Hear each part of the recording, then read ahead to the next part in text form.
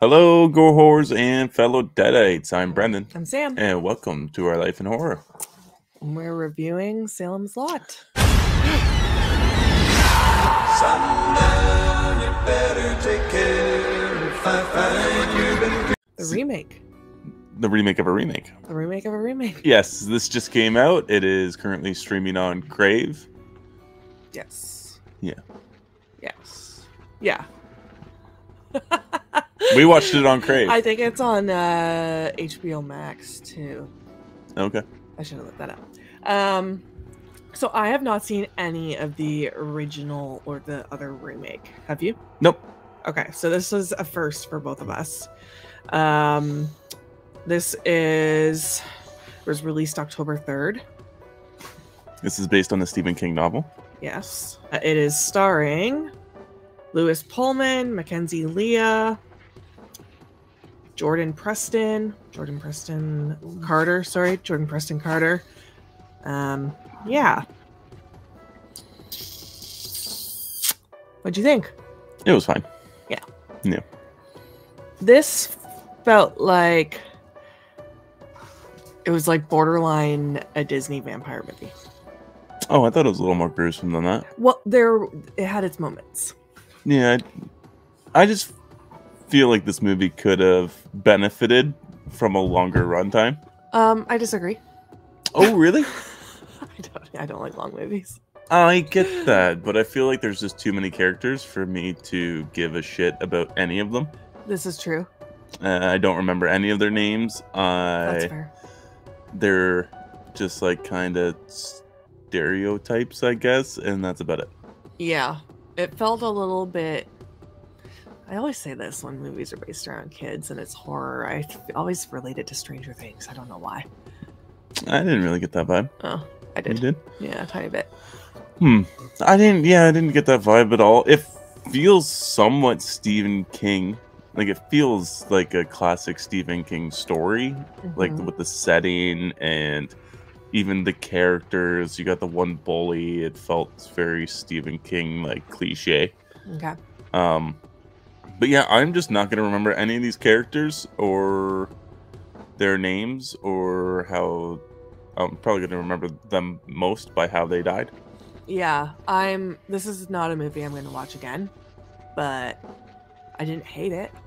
Yeah. Go ahead. I thought it was like a pretty movie. Oh. There was some really nice like sky shots and stuff. We're doing spoiler free, by the way. There's some really cool sky shots and stuff. Like,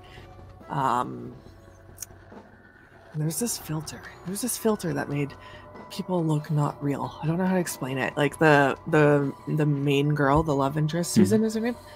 Sure. I think. I could be wrong. When we first were introduced to her, I was like, she looks animated. She doesn't even look real. Yeah, they could just put some extra gloss on her because she is the love interest. I guess. But it made me think she was a vampire. Oh, I don't know why. Twilight. Yeah, it just looked very, like, she looked fake. Okay. But I don't know. It was fine. I thought it was kind of cute. This movie's decently bloody. Yeah, there are a couple moments where I was like, oh, okay. And, like, there's some dark scenes with children. Yep. Yeah, I always appreciate that. Yep, me too. Yeah, it was fine. Yeah, like, I don't think this is the definitive Salem's Lot. Take that with a grain of salt, since I have not seen any of the other ones. Yeah. I don't know why when we were going into it, I thought it was going to be a little... I don't even know. The vampires also looked like... I don't know. I thought they looked good. Yeah? Yeah. Oh, I didn't expect them to be so animated. Oh. I was expecting more... I don't know. I didn't know much going into this movie, so everything was just kind of like, oh, I'm still kind of absorbing it. Yeah. Yeah, I honestly, the word I would use is it was cute. Okay. Spooky cute. Yep. I would, like I said, this is borderline. I would put this on the Disney Channel for Halloween. I can see why. I feel like they did some good justices for vampires in film. There's a lot of aspects I really liked. It's just I couldn't get behind the human characters, and there's some time lapses where I'm like, what the fuck even happened? Like, how did we just lose 12 hours of daylight? Yeah. Like, where'd everybody go? Yeah. And two, some of the rules seem to apply to certain vampires and not other ones, and I don't know why. It's never explained or touched upon, or like that just sort of bugged me a little bit. So yeah. Okay, we'll get into spoilers because I feel like we can talk a little bit more. Yeah. Okay. Okay, spoilers. You've been warned. Yeah. I love how. So we totally thought the Homelander's kid was in this movie from The Boys. Oh yeah. And we were trying to figure out when this was filmed because Homelander's kid in The Boys is so much older now. We're like, wow, this must have been filmed like a while ago. And then we looked it up, and it's the actor's brother. They look identical. Yeah, exactly. Identical. It was wild. Yeah. I like the fact that it did go dark with the kids. Like they offed the kids. Pretty early. Pretty early, yeah. A couple of them too. And like just like the scenes with the mom like frantically like knowing her boys are missing was sad, I guess. And then we had that badass kid that makes it to the end, our final boy. Mark. Is that his name? I think so. Okay. Yeah, I liked him. Yeah, I don't give a shit about our lead at all. I would have much rather follow Mark. The writer? Yep. Yeah. I liked I'm a sucker for a romance story, so I kind of liked him and her a little bit, but like not enough. What love story? You don't get anything. There's a little minor flirting in the beginning, and that's all you get. Yeah, the next thing they're fucking, and that is it. Yeah, and then he has to make the choice of having to kill her, right? Yeah. But yeah, it didn't dive deep enough, I guess. Yeah, there wasn't enough emotional investment for me to care whether or not he killed her or not. Yeah. Beautiful shots, like we said, like when the kids are in the forest. I really liked that shot. That was excellent. Yeah. That was so good. The sky in between the trees was all different colors, and then you see like the shadow of him behind them. It's all silhouette, basically. It looks fantastic. Yeah, I liked that. There's a lot of gorgeous imagery with the vampires in this movie, I think. Yeah. Like with them on the rooftops, and I love like the scene where he walks out. This is in the trailer. The scene where he walks out into the road, and then he like looks behind him, and then he looks back, and there's like all of these glowing eyes looking at him. I fucking love that. I'm like, that's creepy. That's good shit. I like the one girl. Yep. The one lady. She's cool. The doctor. The doctor, yeah. Who has a cure. Yeah, rabies shot. Vampirism. Yeah, that was actually kind of cool. I like that part. Then they never go back to it. Yeah. He's never like, okay, I'm gonna make sure I have a dose on me when I go and decide to attack Barlow. Is the head vampire? Yeah, Barlow. He's not like, I'm gonna like bring a couple rabies shots with us in case we get bitten. Yeah. Yeah, I thought that was cool to throw in there though. There's also the shot of Mark in his treehouse and all the kids in the branches of the tree surrounding him. The eyes, I thought it was very nice. Yeah. I like the fact that they use the car trunks as coffins. Yep. It's kind of cool. Oh yeah, because I was wondering how they were going to do that, because the reason why Barlow was brought over in a crate full of dirt is because that's where he died originally, so that vampires have to sleep in the dirt of the land that they died in. Oh, okay. That's the theory behind that. That was Dracula's reasoning for bringing a dirt with him when he crossed over into England. Oh, okay. Because these were supposed to be like, this was Stephen King's like returning. He wanted to make a vampire that like resembled Nosferatu. Okay. That's the whole design behind Barlow. He wanted the vampire to be super scary. Okay. Yeah, I don't have a whole lot more to say.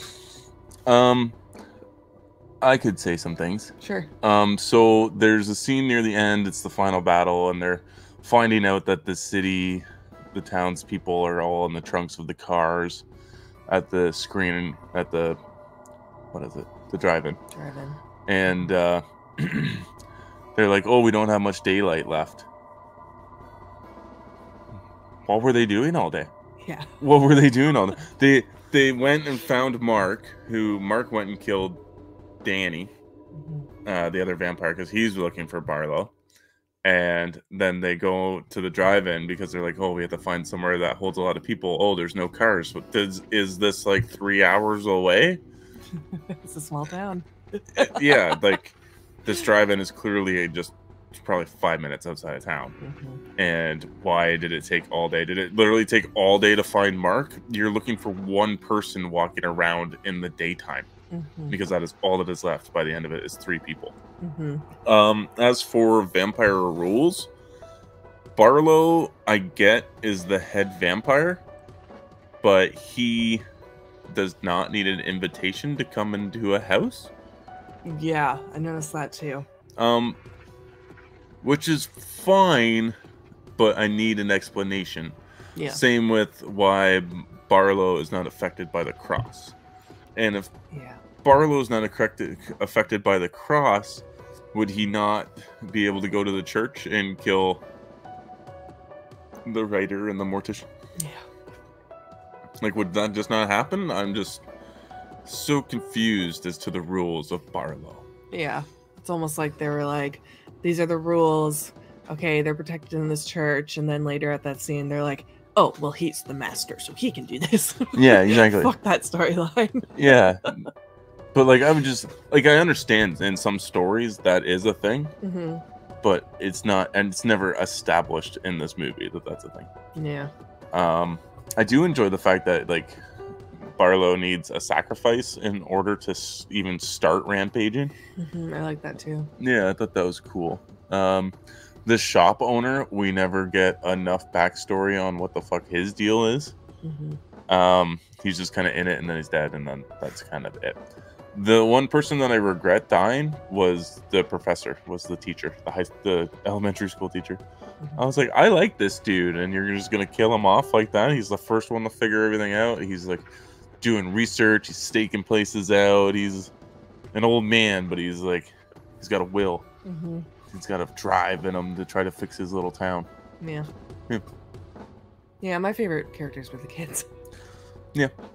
I was thinking it was going to lean towards that too, and I was a little worried. Yeah. Because a lot of Stephen King material clearly leans that way. Oh, it's the kids? Yeah.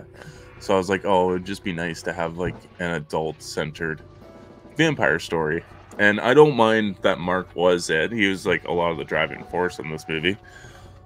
He straight up kills someone, like pretty brutally too. A couple times. A couple times. And it's just funny because afterwards he's sitting at the dinner table with his parents and his dad saying he has to go upstairs. I'm like, this kid's just murdered someone. Like, just let him chill. He could be at the adult table.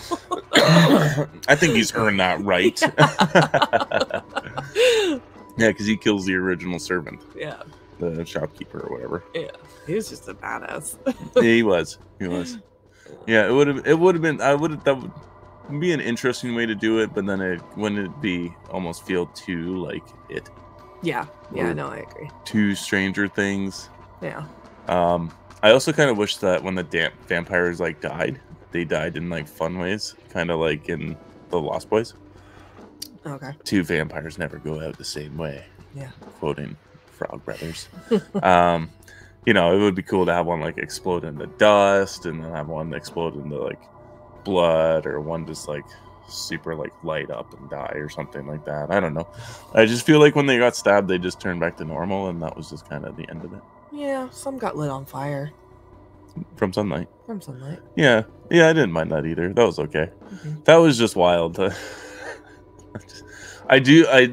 sequence is probably somewhat one of the better ones in the movie, because it has that ticking clock of, are they going to be able to get everything done before the sun actually hits or disappears? But yeah, I liked, dude, Mark just saves the fucking day the whole time. Yeah, I know.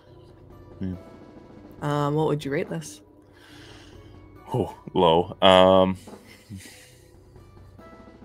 probably give it an eye roll. Yeah, I was gonna give it a high eye roll. Yeah. 2.5, I guess. Yeah, like yeah. So, and the only reason why is like I feel like the only thing I'm going to be taking from this movie is the imagery. Yeah, exactly. I'm not taking any of the characters with me. I don't feel anybody had really any strong struggles. Like if you let Mike Flanagan do this, he would turn it into a 10-part miniseries, and it would be fucking awesome. The drama would be so good. Yeah, it honestly, it's Midnight Mass. Yeah. It's almost the exact same premise. Yeah. Yeah, but Midnight Mass is way better. Yeah. This was just ridiculous.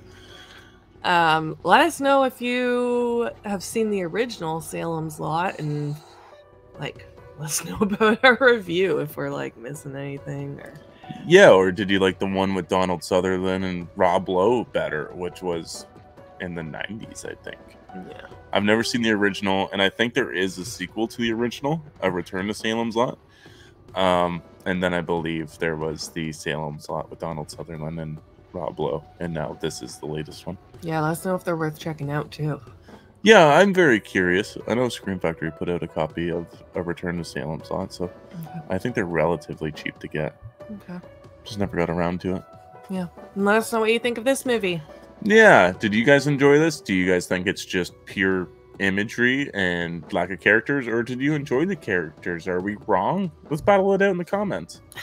Please like, share, and subscribe. And always remember, guys, stay spooky.